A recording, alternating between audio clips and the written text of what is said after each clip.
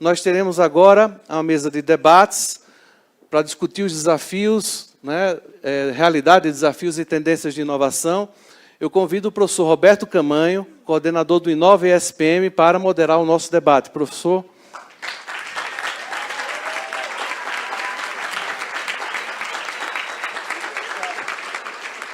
Obrigado, Fabinho.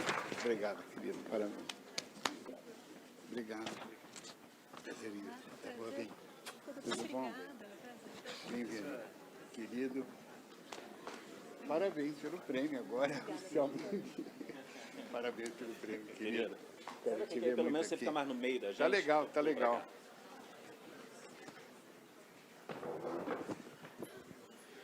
Perfeito. Gente, primeiro, agradeço a acolhida de vocês. Agradeço a participação de todos vocês. Parabéns pelo empenho das suas empresas, porque essa comunidade os reconhece dessa forma. Foi muito bacana tê-los aqui. E nessas situações me sinto que nem o Roberto Carlos. Eu tenho tanto para falar, com palavras não sei dizer, sabe? Tem muita coisa para a gente fazer aqui na área de inovação, porque temos uma diversidade das empresas de ponta de cada área, gente. Eu espero que vocês entendam a representatividade que a gente tem. Eu gostaria de colocar uma pergunta e pedir para que cada um de vocês discorresse, depois só para a gente fazer um warm-up aqui do nosso bate-papo, depois vai ter vinho, chopps, tudo, vai ser uma festa, vocês imaginam, vai ter pizza, tudo. Gostaria que fosse, mas não é. O Dalton não permite, a governança não permite, na verdade. Mas vamos lá. A primeira pergunta, eu vou começar, pode ser para ti, Yuri? Pode? Pelas meninas? Então, na verdade, assim, o que eu acho que é a grande curiosidade é quais são os principais desafios e dificuldades para a manutenção da inovação na gestão da rotina das empresas. Oi, pessoal, tudo bem? Boa noite. Obrigada pelo convite. Faz muito tempo, desde minha última vez numa faculdade. Eu pareço jovem, o óculos ele disfarça, mas eu tenho 40 anos. Então, faz tempo mesmo, faz assim, em torno de 20 anos eu fico um pouco assustada quando eu penso. Então, é sempre bom estar aqui, mas agora é engraçado estar desse outro lado. Falando um pouco... Bem, eu sou do TikTok, vocês já sabem, acho que está escrito ali, né? Não preciso me apresentar novamente. Cuido da área de criação do TikTok, não estou à frente necessariamente da área de inovação, ou de produtos, ou de tendências dentro do TikTok. Mas o que eu posso dizer do ponto de vista né, de profissional, de executiva que está à frente do TikTok, é que o grande desafio é acompanhar as transformações que acontecem do mundo, sob a perspectiva, inclusive, do usuário, né, do consumidor, das comunidades, como vocês bem pontuaram aqui. Então, acompanhar no produto, né, na entrega da empresa, tanto para dentro quanto para fora, é sempre um desafio quando a gente tem um mundo tão em transformação como a gente vê hoje. Um mundo com tanto acesso a tudo como a gente vê hoje, com ferramentas que pulsam o tempo todo, né? Um mundo vivo. Então, a empresa que não se atualiza, que não corre atrás de inovações, de soluções, respondendo às questões que a comunidade coloca o tempo todo, e que o próprio mercado, né, puxa o tempo todo, essa empresa tende a ficar para trás. Para mim, é esse o maior desafio, é a gente conseguir acompanhar e responder em tempo, com um timing certo, a essas transformações que acontecem o tempo todo. A gente vê empresas, não é, né, sobre o TikTok em si, mas o TikTok hoje é uma das plataformas sociais com mais relevância que a gente tem no mercado, não só brasileiro, latam, como global. Mas a gente vê outras plataformas que tiveram esse holofote num curto espaço de tempo, que não estão mais acompanhando essa relevância no pulso do que as pessoas querem ver. Então, acho que esse é o grande desafio como empresa. Imagino que para você também, né, César, com relação ao papel, né, como se reinventar com relação a algo que parece morrer diante de um mundo digital. Né? Como é que a gente se mantém relevante para a nova geração de consumidores que vem aí? Então, acho que para mim esse é o maior desafio, sempre, não é? É verdade. E é dia a dia, né? Com certeza. É dia a dia. Com certeza. Obrigado, querida. Imagina. Carol, posso perguntar para ti? Depois eu passo para os meninos. Vocês desculpem, eu sou old school, tá? Eu sou...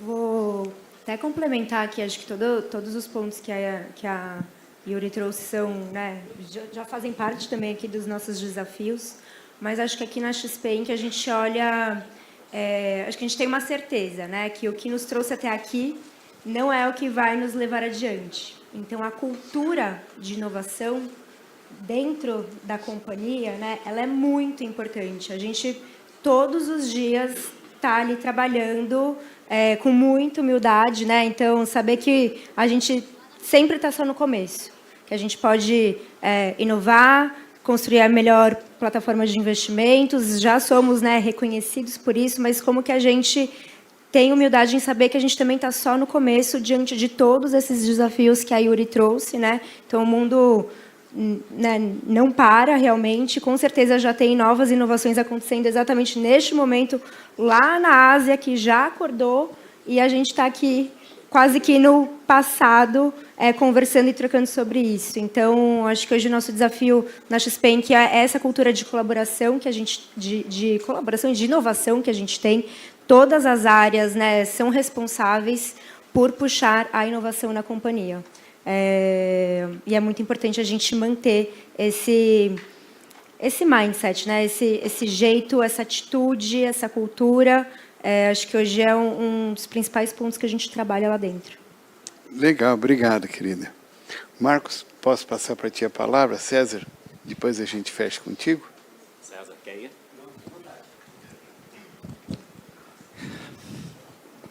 Vamos lá, fazer quebra de protocolo já de cara. Pode chopp, pode pizza, sim. Mas eu queria que alguém viesse até aqui, em 1 minuto, bem rapidinho, alguém se candidatasse e viesse aqui falar o que ele entende que é um desafio para inovar. Quem vem? Quem vem? Vai ganhar um cupom do iFood. Ó, viu? Um desafio para inovar é o mindset das pessoas. Mais? Tá. Mindset das pessoas, porque se você não instaura mas alimenta uma cultura de inovação desde o início, desde os seus aspectos mais iniciais, de que você precisa diversificar o pensamento e também promover, adicionar valor ao negócio, você não consegue, dentro dessa cultura, fazer com que as pessoas entendam que precisam da mudança. Então, eu acho que inovar vem muito também de desafios externos. Então, às vezes, os países, no início, inovavam por conta de guerras. Então, por exemplo, o computador. Depois, a gente começa por desafios que estão por fora da empresa e do mercado. E que o mercado começa a exigir. Sensacional. Cara, dá uma salva de palmas para ele, parabéns. Qual que é o teu nome? Depois pega um cupom do iFood comigo. Você acabou de fazer, na verdade, o primeiro desafio, cara, para as empresas, que é ter coragem. Inovar depende muito de coragem. E essa eu acho que é a primeira lição. A segunda lição, que eu acho que é o desafio quando você fala de inovar, é o seguinte. Levanta a mão quem faz ginástica aqui. Porra, pouca gente aí. Cara, levanta a mão quem faz terapia aqui. A galera... porra, muito mais gente. Estou assustado aqui, Fred. Tem algum problema. Depois a gente vai conversar. Mas sabe o que é inovação? A comparação e a analogia vocês deveriam usar da mesma forma como você vai malhar, da mesma forma como você vai resolver os seus problemas sérios na tua terapia. Eles não vão ser solucionados da noite para o dia. Você não vai ficar magro da noite para o dia, você não vai ficar em forma da noite para o dia. E a todo qualquer momento você está tentado a desistir daquilo. Cara, hoje está chovendo, eu não vou malhar. Hoje tem aniversário, eu vou comer pizza. Pô, hoje é happy hour, quinta-feira. Ganhou cartão lá, cupom para tomar chopp. E todo dia você é tentado a fugir daquilo. Depois dê uma olhada, hoje foi lançado o ranking das empresas mais inovadoras do mundo pela BCG. É super interessante você olhar esse ranking. O ranking mostra que inovação está muito relacionado ao tema de perenidade. Ou seja, você olhar muito mais para o teu processo de longo prazo e você não desistir daquilo, do que você olhar para o teu projeto específico de inovação. Dentro do iFood, particularmente, a gente, óbvio, acerta um monte de projeto, mas a gente erra muito mais. E o principal aqui é, se eu estivesse numa dieta, é não desistir da tal dieta. Obrigado. De nada. Muito bom. César, por favor, querido. Eu estou parecendo um dinossauro aqui perto dessas empresas aqui, né? Nossa, o papel é do século XIX, gente. Né? E a gente está aí, ó, super resiliente, viu, Marcos? Mas eu queria só aproveitar, o professor Fábio deu uma saidinha, acho, parabenizar esse prêmio. Minha filha está aqui e ela é consumidora das 4 empresas que ganharam o prêmio, viu? Então, vocês estão realmente na cabeça dessa galera. E eu concordo com o Marcos. Eu acho que, primeiro, né, a inovação não é uma área que é responsável, não é uma pessoa que é responsável, mas você tem que fazer o negócio inteiro, todo mundo pensar, todo mundo que está dentro, todos os colaboradores. A Suzano tem 20 mil colaboradores próprios. Você tem que fazer com que esses 20 mil colaboradores sejam pessoas inovadoras, que tragam ideias. As ideias não necessariamente elas vão evoluir, então a gente tem que ter resiliência, a gente tem que insistir. Agora, a hora que você falou que não pode desanimar, eu fui pesquisador em melhoramento genético de eucalipto. O eucalipto demora 7 anos para crescer, para a gente conseguir cortar a árvore e levar para a fábrica. Para fazer melhoramento, são 15 anos. Então, você faz um cruzamento de 2 árvores agora, daqui 15 anos, aquilo lá vai virar, pode ser que vire um produto. Então, a gente não pode desistir no primeiro obstáculo, a gente tem que fazer essa persistência, mas, como você falou, Carol, tem que ser a cultura, você tem que transformar a organização, e isso é muito mais fácil para empresas novas, para startups, para a gente que está com essa cabeça, e muito, mas muito mais difícil para um dinossauro de 99 anos, que o ano que vem completa 100 anos. Agora, só um detalhe. Das 500 maiores empresas do mundo que estavam na Standard Poor's há 20 anos, 90% já desapareceram. Já sumiram essas empresas. Então, é uma nova tendência. A gente tem que aproveitar as oportunidades, então a gente tem que botar digital na operação, a gente tem que botar sensor, a gente tem que otimizar todo o processo, e é assim que a gente consegue inovar no dia a dia, não com grandes invenções, mas com muitas pequenas soluções que vão trazer resultado para o negócio. Eu agradeço vocês 4, acho que uma coisa importante que vocês falaram, o primeiro resumo que dá para ter é a humildade. Sem humildade, você não caminha, né? A humildade para você saber a força que você tem sabendo que é vulnerável. Então, na verdade, a vulnerabilidade, já volto a Brené Brown de novo aqui, né? Aceitar a vulnerabilidade é um ponto de força, e que é necessário para a gente inovar, né? Então, eu também trabalhei na área de robótica nos anos 80, traduzi o primeiro livro para português de robôs, né? E depois fui trabalhar com processos decisórios, e eu vendia coisa que ninguém sabia o que era evangelização, e graças a Deus deu certo, mas eu estou me lembrando que precisa ter fé, resiliência, né? Eu acho que fé, resiliência e humildade são pontos que a gente colocou aqui, né? E saber que é coisa de dia a dia, como acordar e ir na academia. Eu adorei o exemplo da academia, eu acho que é um bom exemplo, né? Porque, na verdade, se você abre espaço para negociar, né? Hoje é sábado, né? Eu estou lembrando minhas épocas de bons regimes, né? Você negocia, né, com você. Tem um cara lá dentro, um pacote de passatempo hoje à noite, com leite. Mas vocês sabem o que é isso, senão não estavam rindo.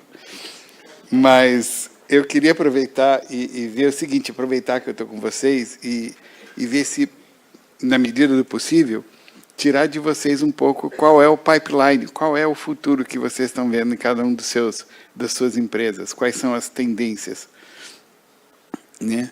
Vou inverter um pouco a ordem, posso começar por ti, Carol, depois eu passo para Yuri, depois o César, depois o Marquinhos. A gente tá até com o Matheus aqui, não posso falar, cuidar para não falar o que a gente ainda não pode divulgar, mas acho que todo esse olhar para a inteligência artificial, né? Então, assim, como que a gente lá dentro da XP Inc., né, que não é agora, né, do hype, então, o que a gente está falando hoje já foi, né, uma mega tendência, uma mega trend de alguns anos atrás, então esse olhar, né, do que todo mundo aqui trouxe, de estar muito conectado com o que está acontecendo no mundo, para você mapear a tendência antes e conseguir estar pronto para usá-la no momento certo, né? Então, hoje a gente lançou um serviço, a gente tem uma das nossas marcas, se chama Rico, também é uma plataforma de investimentos, não sei se temos clientes da Rico aqui, espero que sim. E a gente lançou uma mentoria no WhatsApp para clientes da Rico. E que tem todo um olhar de inteligência artificial. Obviamente, também tem, né, os nossos mentores de investimentos, que estão ali conversando com os clientes.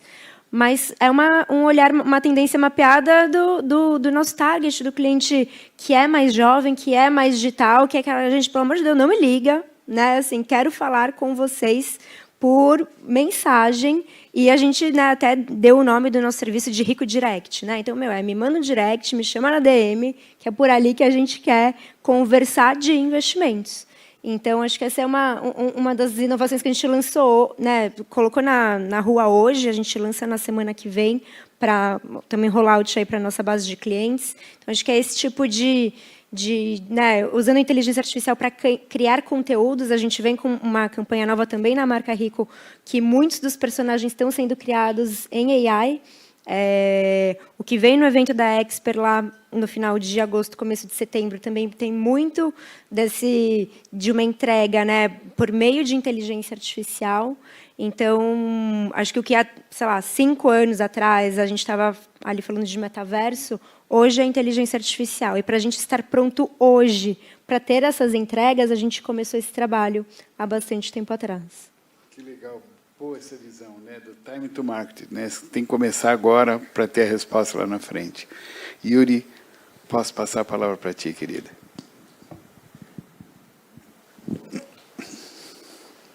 Cadê o PR do TikTok, né? Espero não ser presa, nem demitida. Aí amanhã acorda, né? Não, tipo, você vem pra Yuri cá. no próprio Mark, na minha mensagem, Yuri demitido.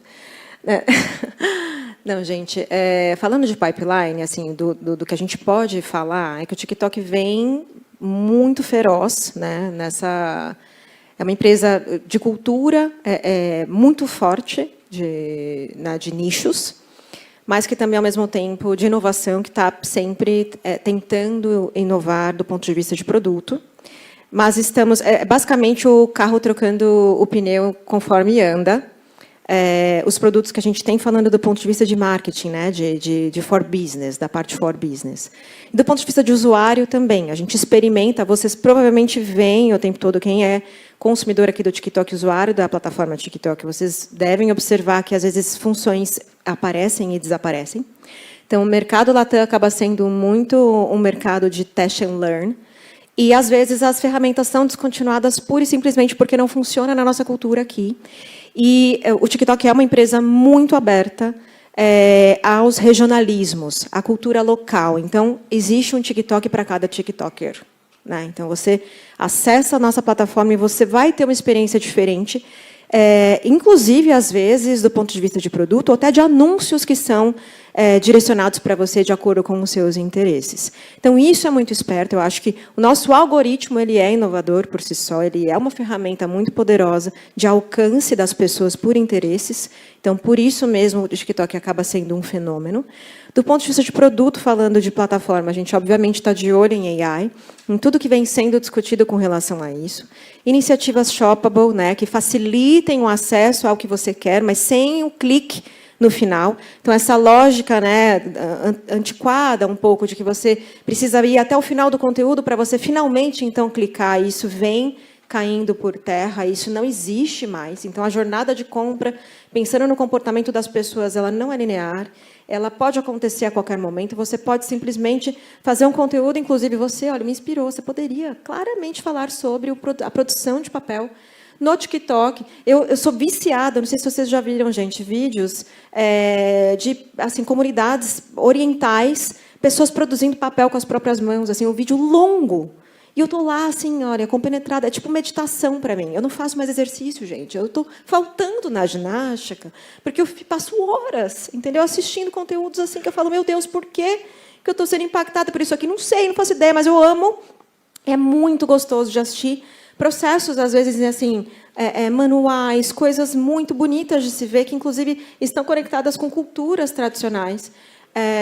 E eu não acho que o papel está morrendo, tá? Pelo contrário, não, eu acho que assim um meio não interfere no outro. A gente achou, na verdade, né, lá no passado, acho que um pouco também do que foi dito aqui hoje, a gente acha que às vezes algo inovador vai roubar a cena e não vai se falar mais, por exemplo, do anterior. Então, quando o cinema veio, a fotografia não morreu, né? Quando o cinema veio, a televisão veio, o cinema não morreu. E quando as redes sociais partiram, né? E a gente começou a ter as pessoas todas com o celular na mão, né, assistindo conteúdos no celular, a televisão não morreu. Eu acho que os meios eles não morrem, né? Eles se inovam, eles têm a sua audiência. E o TikTok ele é esse lugar onde a gente descobre conteúdo que, inclusive, se parece com o conteúdo que você assiste no Netflix, que você assiste um conteúdo que seria o conteúdo de um livro, com alguém narrando, com alguém contando uma narrativa ali para você, uma história. Você tem informações sobre educação financeira, você encontra informações sobre como você pode ou não comprar a sua comida ou fazer sua própria comida em casa, ou pedir sua comida em casa. Então, assim, tem de tudo. Tem informação para tudo, é só mais um meio, é só mais um canal que vem de encontro às nossas necessidades, a tudo que a gente quer. Então, está conectado com inovação, está conectado com tudo o que está acontecendo agora e o próximo passo a vir.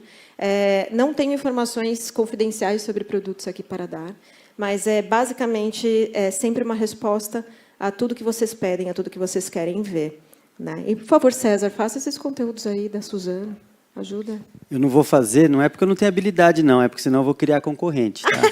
Olha, mas eu não sei se você já viu, mas tem o BookTok, que é um fenômeno no TikTok, uma hashtag chamada BookTok, que, inclusive, é um fenômeno de literatura e de escritores e leitores, inclusive, falando de livros apaixonadamente. Eu sou uma ávida consumidora de livros físicos, tá? Eu amo papel.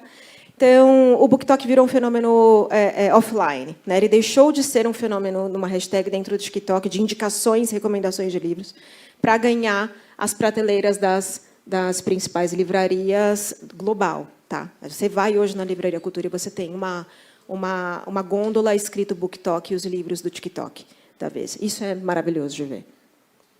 É isso. Obrigado. Eu acho Imagina, que obrigada. só trazer o BookTok já foi uma boa novidade que eu, infelizmente, não conhecia. César, por favor. Só pegando esse gancho, Yuri, nós lançamos, o ano passado, um produto que chama Papel Natural, para livros. Não sei se vocês já perceberam, os livros eles têm uma tonalidade um pouquinho mais amarelado, a página. Isso daí é para sensação ótica, a hora que você está lendo, conforto óptico da leitura. E nós lançamos um produto que vai menos químicos, porque hoje você tem que degradar demais a madeira, pensem na lógica, né? A madeira é marrom e tem que ficar branquinho, né? Já tem gente, já tem cultura, e isso daí é químico. Isso aí é ataque químico que você tem que fazer. Você tem que colocar químico para deixar. Agora, por que o papel higiênico tem que ser branco? Branco do jeito que ele é, né? Por que o papel de leitura precisa ser branco? Então, a pegada da Suzano, hoje, e talvez as tendências de novos produtos que vêm aí, é tudo que tiver ligado à sustentabilidade. Tudo que tiver ligado à redução, a menor consumo de químicos, a menor consumo de água, a menor consumo de espaço. Então, a gente tem aumentado a produtividade para reduzir a área de ocupação nossa, para sobrar área para outras culturas, eventualmente até mais nobres. Alimento é muito mais nobre do que papel, né? Então, a briga nossa, esse copinho aqui, ele é plástico com a tampa de alumínio. A gente quer competir com isso, a gente quer ter papel aqui. Papel no conteúdo da embalagem e na cobertura.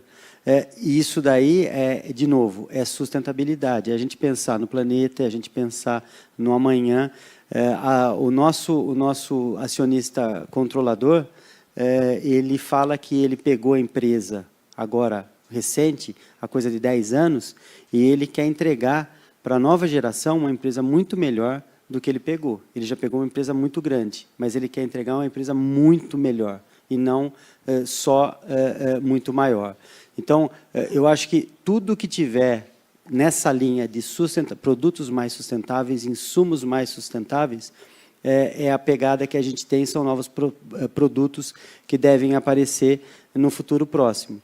E só lembrando, a árvore nossa é uma biofábrica. Ela tem condições de fazer de A a Z. Ela consegue fazer petróleo verde, ela consegue fazer energia, ela consegue fazer papel, ela consegue fazer cosmético, ela consegue fazer têxteis. Nós estamos investindo praticamente em todas essas linhas.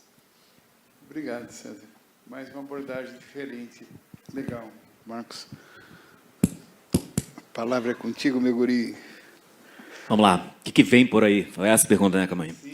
Cara, dá para dividir em 2 pontos bem rápidos. Né? Dá para fazer a brincadeira do meme, do AI, que todo mundo deve ter visto, do Google e tudo mais. Mas ele é uma grande verdade. Mas acho que a primeira provocação é pensando, independente do que está acontecendo dentro do iFood, quando você olha para a inovação e o que acontece no pipeline, o que vai acontecer no pipeline no Brasil, é que a inovação aberta vai ganhar uma velocidade exponencial nos próximos 5 anos. Então, o contato de corps com startups, o contato de corp de volta com a academia, o contato de corps com outros hubs, isso acelera numa velocidade exponencial nos próximos anos.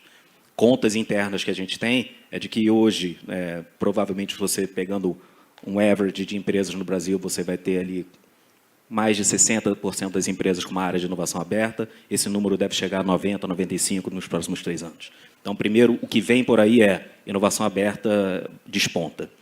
O segundo ponto que vem, e aí muita interpretação para a gente, de iFood, tomando liberdade aqui da Yuri, se eu tivesse recebido esse recado, sei lá, 10 anos atrás, eu estaria em outro lugar, talvez eu não estivesse no iFood, mas bebam do que está acontecendo na China. Vejam o que está acontecendo com empresas como o TikTok, Meituan, Xinchen, Tmall, que são as empresas em cima das quais 100% dos unicórnios do Ocidente são lastreados. Nada que a gente está fazendo aqui é, digamos assim, inventado, hiperdisruptivo. Quase que tudo é praticamente copiado, vamos usar o termo prático, do que está acontecendo na Índia e na China.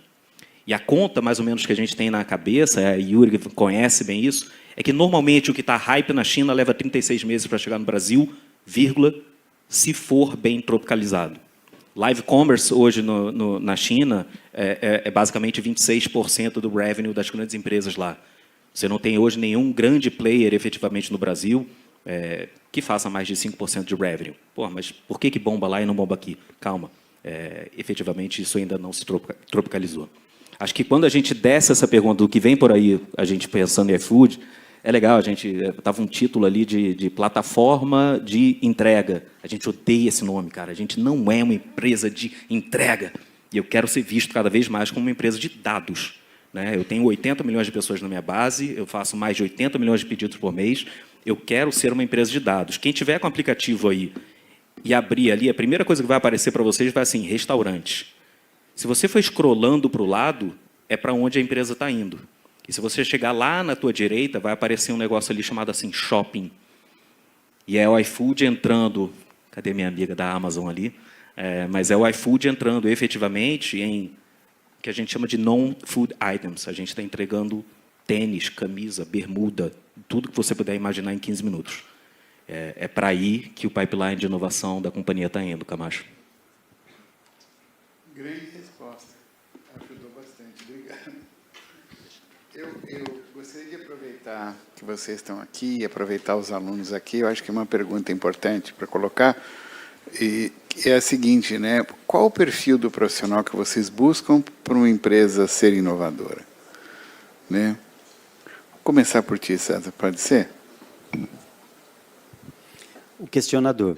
aquele que não está confortável aonde está. Então, assim, a gente está gerando essa cultura lá. A gente tem um programa iniciado esse ano, e para a gente, de novo, tudo que para vocês, né, o dia a dia, para a gente exige uma ginástica grande. A gente está com um projeto lá que chama Não Complique o Simples. Né? Então, essas pessoas, as pessoas que têm essa facilidade de não ficar procrastinando, que são ágeis, e são ágeis não é ser rápido, né? Ágil é fazer conexões mais rápidas. É isso que a gente procura, mas tem espaço para todos vocês lá, viu? Vocês podem ter certeza absoluta. Se vocês continuarem comprando os nossos produtos, tem lugar para vocês lá na Suzano. Tem que comprar o produto. Senão você não fica de pé, né? Yuri, por favor, querida. É difícil um pouco, né, falando diante dos alunos, mas eu não busco alunos da ISPM necessariamente, não busco currículo. Eu busco a história das pessoas. E história, leia-se de onde elas vieram, o background delas, os interesses delas. Assim como o algoritmo do TikTok, mais ou menos, eu acho que, né, as pessoas mais interessantes que vão trazer um ponto de vista para agregar para a gente, diverso, né, diverso não só falando de raça ou de sexo, né, orientação sexual, mas falando do social também, né? Pessoas reais. O TikTok é feito de pessoas reais. A gente precisa refletir o que é a plataforma. Então, se eu contrato pessoas todas iguais, eu não crio nada diferente.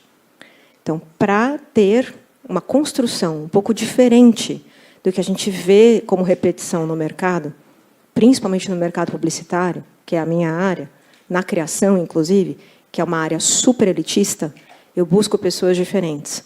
Porque eu, por exemplo, tenho uma história que não se parece com a de muitos de vocês aqui, né? Não sendo não generalizando, mas eu vim de uma faculdade que não era das mais prestigiadas. Eu nasci numa comunidade muito afastada do centro de São Paulo.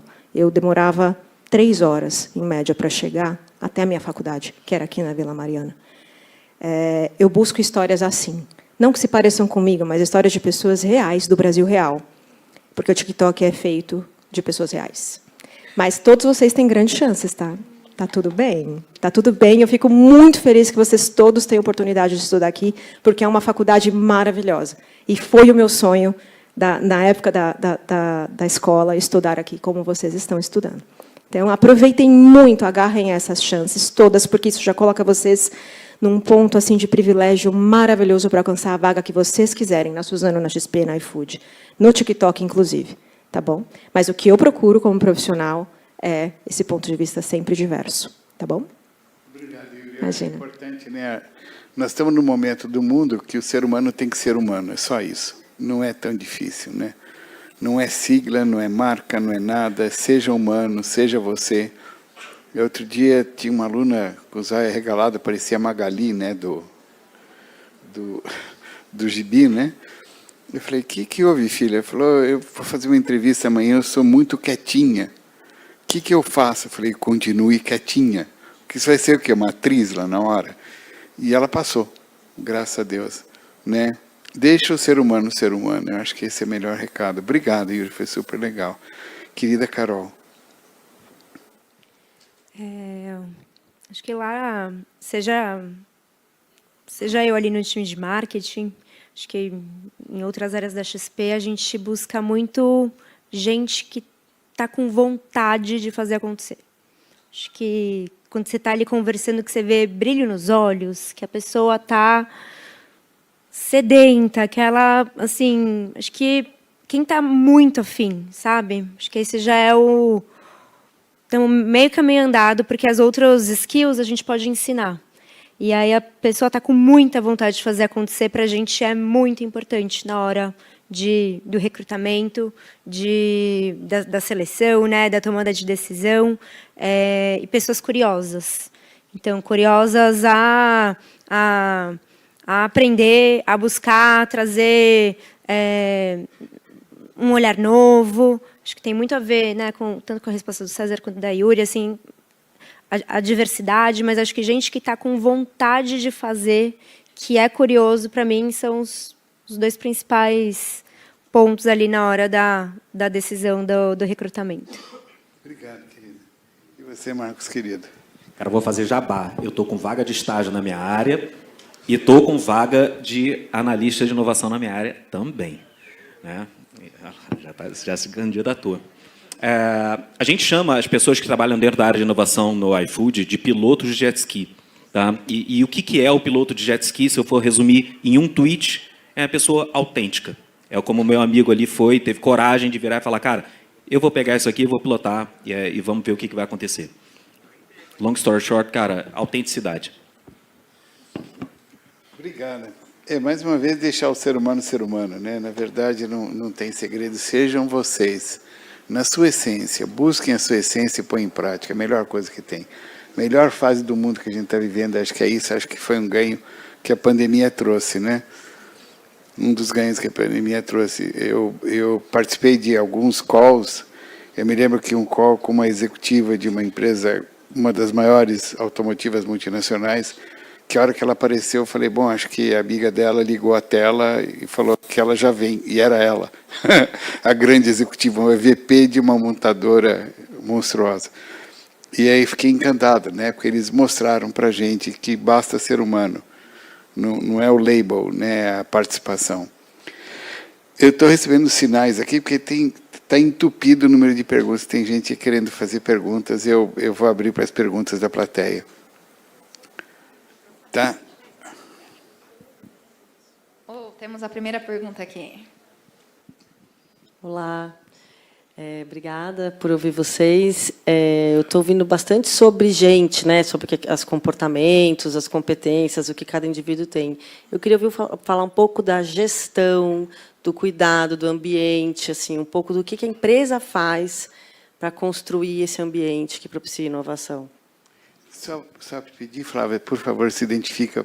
Eu sou a professora Flávia Feitosa, a minha área é psicologia organizacional. Obrigado. Quem quer responder? Qual de vocês? Cara, eu posso começar, então, bem direto. A decisão do iFood, há mais ou menos 5 anos atrás, foi de destituir inovação como uma área e criar isso efetivamente como valor da companhia.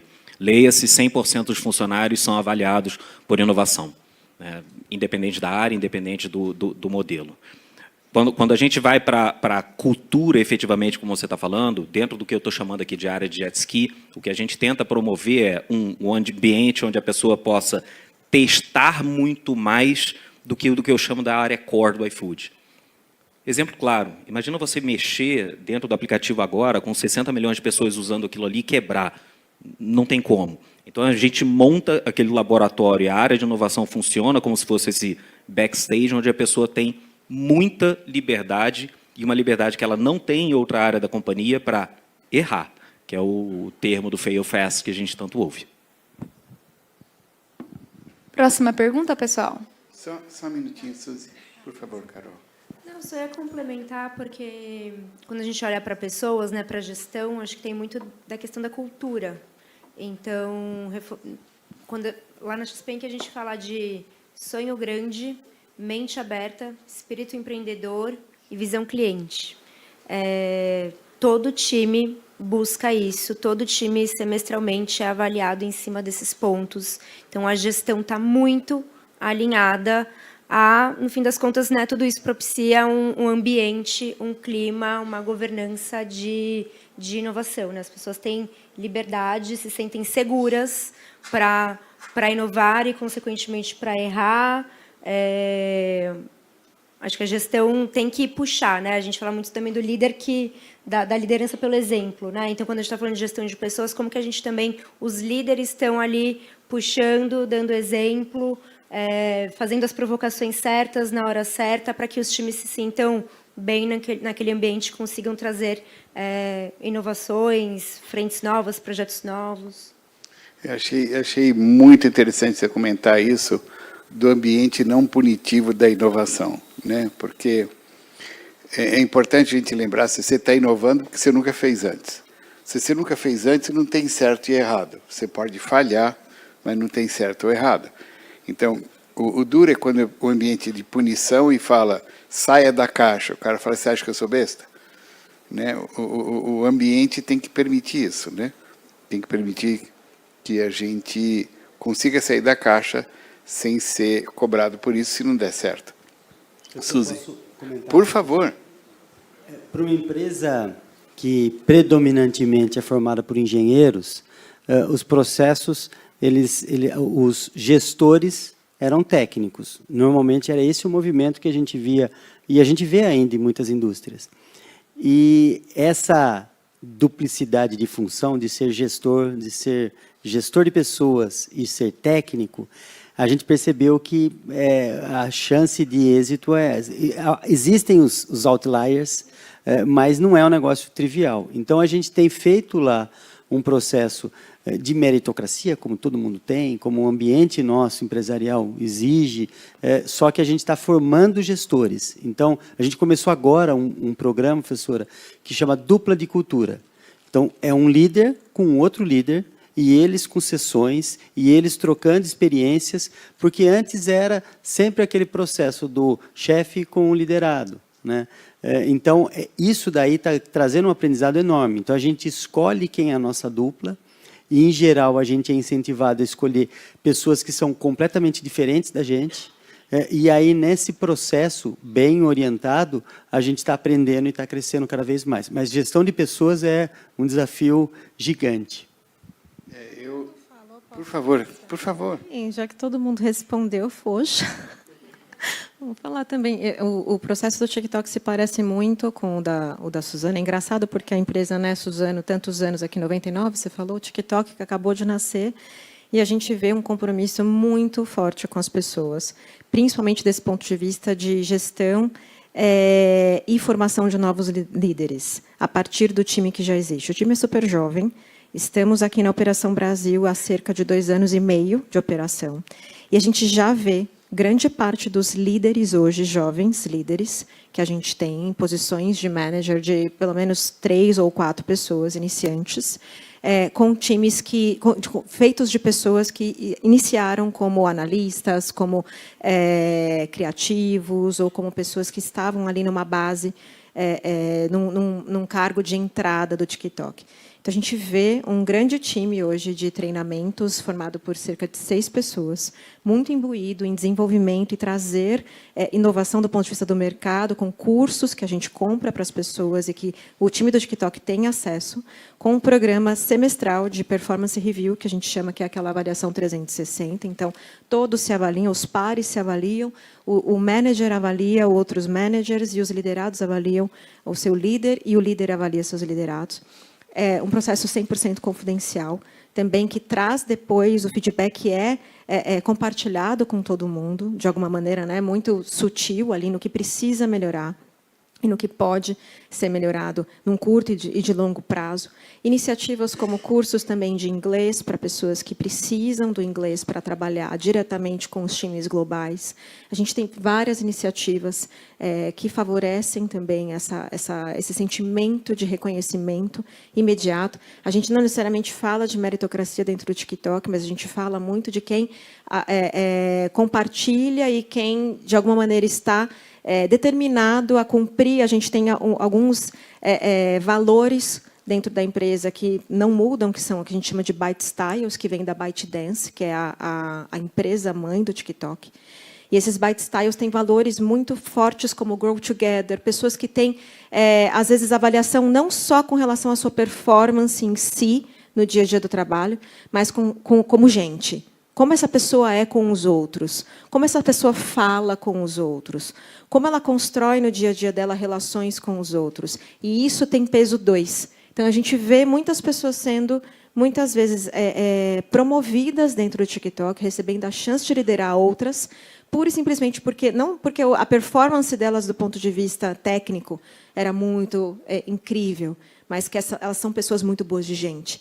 E a gente privilegia as pessoas boas de gente como gestoras humanas, a performance em si. Então, é a carreira em Y. Né? A gente tem os bons ICs, que são especialistas, né? O individual contributor, que são as pessoas que estão individualmente contribuindo com uma performance exemplar, são pessoas muito boas tecnicamente, e a gente vê pessoas muito boas com outras, né? Que são muito boas em gestão de pessoas. Falei muito, mas é isso. Ajudou bastante. Obrigada, queridos. Tem alguma pergunta mais aqui da plateia, gente? Marcos, por favor, quer completar? Enquanto não vai. Professora, dica para entender a cultura de inovação do iFood assim, em 1 minuto. Um livro chamado Care to Dare. Recomendação fortíssima. Perfeito. É isso que a gente vive no nosso dia a dia. Posso falar? Falando sobre inovação aberta, eu achei muito interessante o que você falou, mas... Desculpa, Murilo, se apresenta. Tá. Eu sou o Murilo e sou estudante do 3º semestre. Aluno maravilhoso, por isso eu lembrei dele. Vai em frente, querido. E eu fiquei um pouco curioso quando você falou sobre inovação aberta, porque eu entendo que sempre tem que estar tendo contato com hubs, universidades, porque a inovação nunca vem tanto de dentro, né? Ela vem mais de fora, porque, como eu já li isso em um livro, as melhores pessoas normalmente não trabalham com você, mas como você consegue manter esse contato constante? Porque para ter esse repertório, para ter pessoas com repertório, que eu acho que para ter a criatividade que leva à inovação, além da atitude, é o repertório. Então, eu queria saber como vocês mantêm esse contato, como vocês criam isso, com hubs e tudo mais. Particularmente no caso do iFood, a gente tem o iFood Labs. O iFood Labs é o nosso braço de inovação aberta, em cima do qual a gente se conecta com os principais hubs de inovação do Brasil. Aqui em São Paulo, com o Cubo, no Espírito Santo, com Base 27, Instituto Caldeira de Poá, César, Nordeste e tudo mais. A gente não só, por estar aqui na SPM, a gente está o tempo todo junto das universidades. Então, GV, INSPER e outras universidades normalmente estão trabalhando com a gente em cima de hackathons, TCCs, projetos que a gente eventualmente tem interesse em fazer em conjunto com a academia. E, óbvio, a gente tem um braço de Venture Capital, nosso Corporate Venture, que está o tempo todo em contato com as startups para tentar entender o que faz sentido a gente não só adquirir, mas trazer um pouco mais para próximo do nosso ecossistema. Perfeito. Mais alguma pergunta na plateia? Boa noite. Boa noite, eu sou o Rafael, eu sou aluno de administração. Primeiramente, queria agradecer a vocês por estarem compartilhando aqui um pouquinho da experiência de vocês e também nesse contexto de inovação. E a minha pergunta é para o Marcos. Me corrija se eu estiver errado, mas a grande parte da operação do iFood, ela é remota, né? Então, a minha pergunta vai bem nessa parte, porque quando a gente tem a nossa equipe à distância, hoje eu estou tendo uma dificuldade na minha empresa de fazer essa gestão de cultura. Então, a minha pergunta é bem nessa linha. Como que você consegue construir e gerar essa cultura no teu time, fazendo a manutenção da cultura nesse time que está à distância, mas uma segunda parte, como que também você fomenta a inovação neles? Porque hoje, na minha empresa, presencialmente, é muito fácil gerar isso, fazer essa gestão. Mas como que eu consigo fazer isso com o pessoal que está longe de mim? Bom, desculpa, qual é o teu nome mesmo? Esqueci. Rafael. Rafael, cara, se você souber, me conta, que eu não sei. Essa é a grande verdade, eu não sei. Eu fui criado num ambiente, cara, de 20, 25 anos, com um ambiente que não existia o online, que não existia Zoom. Hoje, para mim, é horrível. Eu tenho gente no meu time em Portugal, na Espanha, nos Estados Unidos. Só o fuso já atrapalha. Metade do meu time está fora de São Paulo. Você acha que eu não prefiro levantar, pegar você ali e falar, cara, porra, vamos resolver isso? É muito melhor. E para um efeito de trabalho colaborativo, de time, em equipe, funciona muito melhor você estar próximo, sim. O que a gente tem conseguido fazer, mais uma vez, puxando um pouco dessa sardinha aqui do piloto de jet ski, é tentar dar muita autonomia para o dono de cada projeto, ele seguir durante um tempo, vamos chamar ali por conta própria, e depois ele voltar para se reconectar com o time. Agora, o que a gente faz? Cara, estou tentando descobrir desde a época da pandemia, sendo bem honesto contigo. Legal, muito obrigado, Rafael. Obrigado, Marcos. Tem Por mais favor, uma querida. pergunta aqui pertinho, eu já levo lá, tá ok? Então já é. Muito boa noite, muito prazer. Eu sou o André, aluno de PP de quarto semestre. E, poxa, eu fiquei muito curioso com o que o César salientou sobre as práticas de ESG, né, que Suzano pratica. E eu também gostaria de saber, ter essa curiosidade de como, né, temos segmentos diferentes, como o TikTok, próprio XP, iFood, como que estão hoje, né, as práticas, as metas de ESG da empresa. Assim. Gostaria de saber um pouco.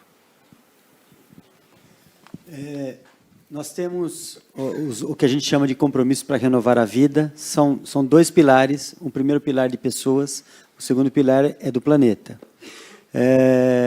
E a gente tem métricas, inclusive assim,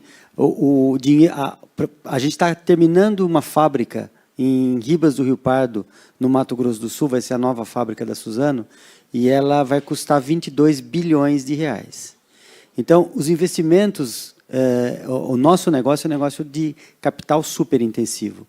É óbvio que a gente tem um giro fantástico, mas a gente pega dinheiro. E o que a gente tem feito muito é captar dinheiro e atrelar o atingimento dessas metas ao juro que a gente paga. Então, a gente está pagando hoje juros baixinhos, são metas, lógico, são metas de médio prazo, então são metas até 2030, para a gente é médio, né, para o nosso negócio é médio, e isso permeia a empresa. Então, as metas, parte do meu bônus são de atingimento das metas ligadas a ESG. Cada uma das áreas tem, então a gente tem metas desde retirar a gente da pobreza, de melhorar o nível de educação, quer dizer, melhorar o EDEB nas áreas de atuação da Suzano, até metas, por exemplo, de aumentar a conservação, plantar 500 mil hectares de florestas e fazer conexão entre as nossas áreas. Mas isso assim vira, a meta ela vira um indicador que a gente persegue e aí atingimento ou não, ele vai beneficiar não só nós, colaboradores, mas também aonde a gente quer atingir, ao público que a gente quer atingir. Eu acho que assim, ESG é um negócio que não tem como, né? A gente acredita e porque a gente acredita, a gente busca e atinge metas super arrojadas. Acho que falar aqui um pouquinho como XP Inc. Nosso principal... Acho que a gente atua em alguns nichos, mas vou falar aqui da educação financeira. Que a gente, nossa empresa nasce, né? Não sei se todo mundo conhece a história da XP, a história do Guilherme. Ele começou vendendo cursos, né? Ele tinha uma questão ali muito do, né, como que a educação, por meio das pessoas, do conhecimento, elas conseguirem tomar as melhores decisões para a vida financeira delas. E a gente acredita que isso é direito, né, de todos os brasileiros terem acesso à educação financeira para que eles consigam tomarem as melhores decisões, fazerem as melhores escolhas para a sua vida financeira. Hoje, no Brasil, né, infelizmente, a gente não tem a educação financeira vindo na base, né, dos programas, né, de educação. Então, a nossa meta é 50 milhões de brasileiros. A gente apoia, né, e faz essa transformação via Instituto XP, com diversas instituições que a gente colabora, que a gente apoia para levar a educação para que todo mundo, de fato, tenha acesso. Perfeito. Yuri, quer comentar alguma coisa, querida? Sim? A ala de cá.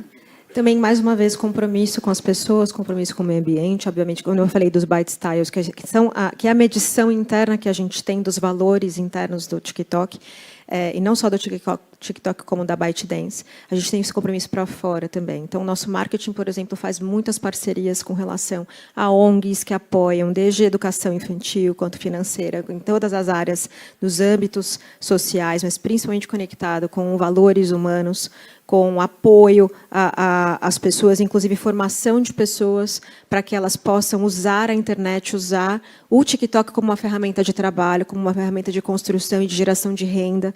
também. Então, tem uma grande base de cursos e incentivos do ponto de vista de SMB, de small business, de apoio ao empreendedorismo, principalmente em comunidades. Então, tem um grande trabalho, um time gigantesco do TikTok, que está fora até do For Business, que é muito mais conectado com o social. A gente tem uma área liderada por um rapaz muito maravilhoso chamado Randemba Mutamba. Ele é brasileiro, apesar do nome. O Randemba, ele está à frente do TikTok for Goods. Então, ele que faz essa ponte, por exemplo, com o Instituto Alana, criando incentivos para ajudar também nessa construção da responsabilidade do TikTok com relação ao conteúdo compartilhado para crianças na plataforma, né? Essa regulação, de alguma maneira, dos conteúdos, né, que não são benéficos para a criança e para o adolescente, de responsabilidade do TikTok. Então, a gente vem trabalhando muito forte nessas questões, né, principalmente como, né, uma plataforma digital, que todo mundo tem acesso, na regulamentação dessas pessoas ao uso da internet, muitas vezes, né, as barreiras o TikTok está construindo para garantir a segurança das crianças no ponto de vista de acesso à informação e como esses conteúdos são altamente viralizáveis, muitas vezes. Então, tem uma série de iniciativas, realmente não dá para não ter, né? Acho que é uma realidade, a gente precisa ter isso como meta interna, mas eu, infelizmente, não sou a melhor pessoa para dar números e falar dessas iniciativas todas, porque eu não estou à frente delas, mas eu participo delas e, colateralmente, eu estou conectada com elas também, fazendo treinamentos, principalmente para empreendedores e pessoas que estão começando sua carreira no TikTok. Bom. Obrigado. Marcos, querida. Em um minuto. A gente trabalha com 3 coisas chamadas EMI. É muito louco você pensar que a gente não produz nada, mas é um dos grandes poluidores, né, da economia.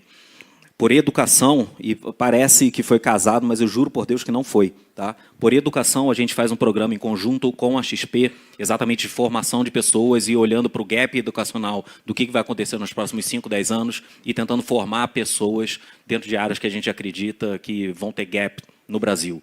Estamos falando basicamente de tecnologia, né? Quando você olha para o EMI de meio ambiente, a gente também faz, e a gente fez um programa, um Prêmio Nacional de Inovação em conjunto com a Suzano para desenvolvimento de embalagens sustentáveis, para a gente tentar trocar absolutamente 100% das embalagens de isopor, papel e tudo por itens biodegradáveis, né? E por inclusão aqui, eu particularmente represento a Pollen, que é o nosso núcleo interno de inclusão social, onde a gente tem inúmeras iniciativas de a gente tentar melhorar a qualidade de vida de grupos subrepresentados dentro da economia. E aí, enfim, entra toda a gama que você possa imaginar, e a intenção do iFood de efetivamente colocar mais mulheres na liderança, mais pessoas negras e pardas em cargos de liderança, não só dentro do iFood, como dentro de outras instituições. Obrigado. Tem mais alguma pergunta? Nossa Senhora. Boa noite. Meu nome é Maria Luísa, eu sou do curso de Relações Internacionais.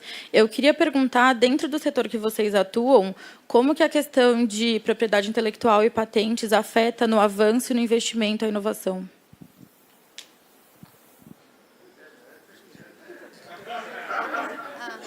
Tá bom. Boa pergunta, viu?